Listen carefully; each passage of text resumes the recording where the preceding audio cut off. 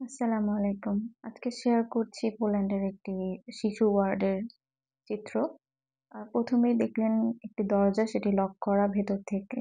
এখানে পারমিশন ছাড়া এন্ট্রি করা যায় না। দেন এখানে রয়েছে একটি কমন কিচেন যেখানে আ রোগীর আ জন্য আপনি খাবার কিংবা পানি গরম করতে পারবেন। এটি সবাই ইউজ করতে পারে রোগীরা। তারপরে এখানে সুন্দর, সুন্দর পেইন্টিং করা থাকে যেহেতু চাইল্ড ওয়ার্ড আর এখানে আরো স্টোর রুম আছে ওদের নিজেদের ইউজের জন্য। এটি হচ্ছে ওপিডি।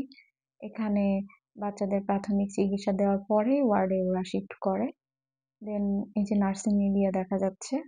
আর এটি হচ্ছে এনআইসিইউ বাচ্চাদের জন্য। নার্স স্টেশনের পাশেই থাকে এটি।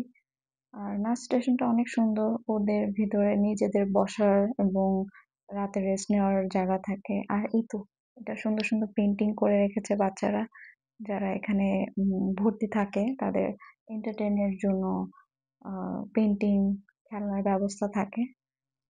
আর এটি হচ্ছে চাইল্ড ওয়ার্ড। এখানে ঢুকতেই বেসিন আছে যাতে আপনি হাত স্যানিটাইজ করতে পারেন। দেন এখানে আরো সিঙ্ক এবং বেসিনও থাকবে। উপরে ওভেন আছে যাতে বাচ্চাদের পানি গরম করে দুধ খাওয়ানো বা খাবার খাওয়ানো যায়। এটি হচ্ছে একটি অন্যতম রুম ওদের যেখানে বাচ্চারা ভর্তি থাকে। এই যে গোসল করানোর area, then storage, diaper, changing station, baby cot, তারপরে রুম হিটার দেওয়া আছে। দেন একটি বড়সড় উইন্ডো দেওয়া থাকে। এটি হচ্ছে যারা বাচ্চার সাথে থাকবে তার জন্য বেড দেওয়া আছে, চেয়ার দেওয়া আছে এবং ভিতরে আরো স্যানিটাইজেশনের জন্য বেসিন দেওয়া আছে। এটি সামনের রুম। এরকম বেডশিট সবকিছু সুন্দর পরিষ্কার করে ঢেকে রাখা হয় যাতে ধুলাবালি থেকে মুক্ত থাকে, জীবাণুমুক্ত থাকে।